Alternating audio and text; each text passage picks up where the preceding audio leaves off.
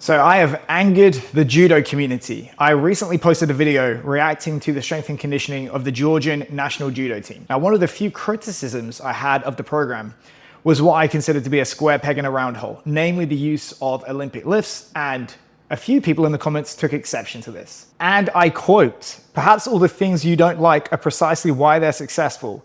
Clean and snatching is an important part of the transition from standing to groundwork. You see Shohei Ono cleaning and snatching as well, and it doesn't take much effort to have smart progressions that lead you to good form." Firstly, let's revisit the reason why we include or exclude certain exercises from a strength and conditioning program for grappling sports like judo and jiu-jitsu. The answer is because it transfers to performance. If we improve at a training exercise, we can make a confident bet that we will also have improved at the sporting skill. So what are the reasons that people think Olympic lifts transfer to sports like grappling? 1, powerful loaded triple extension of the lower limbs. 2, whole body summation of force, beginning with the lower body, traveling up through the torso into the upper body like a wave.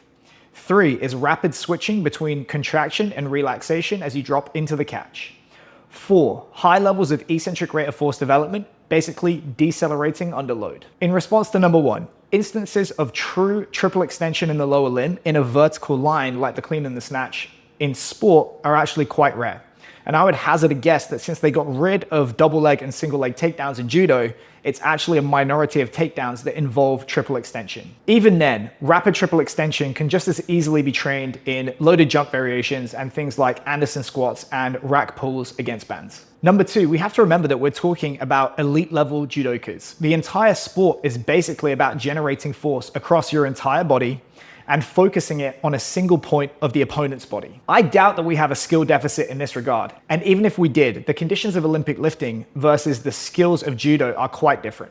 In grappling, we're dealing with multiplanar movement and awkward loads that actively fight back and require constant adjustment. Number 3, yes, the ability to quickly switch on and off and cycle through contraction types is valuable in athletics, but I think a likelier reason why certain judokas aren't able to react or contract their muscles quickly enough in competition is a function of their ability to pick up on environmental information from their opponent and make the appropriate decision, rather than because of their exercise selection off of the mats. Number 4, Olympic lifting does produce large levels of eccentric rate of force development, but we need to realize that it's the muscles of the lower body that are bearing this load.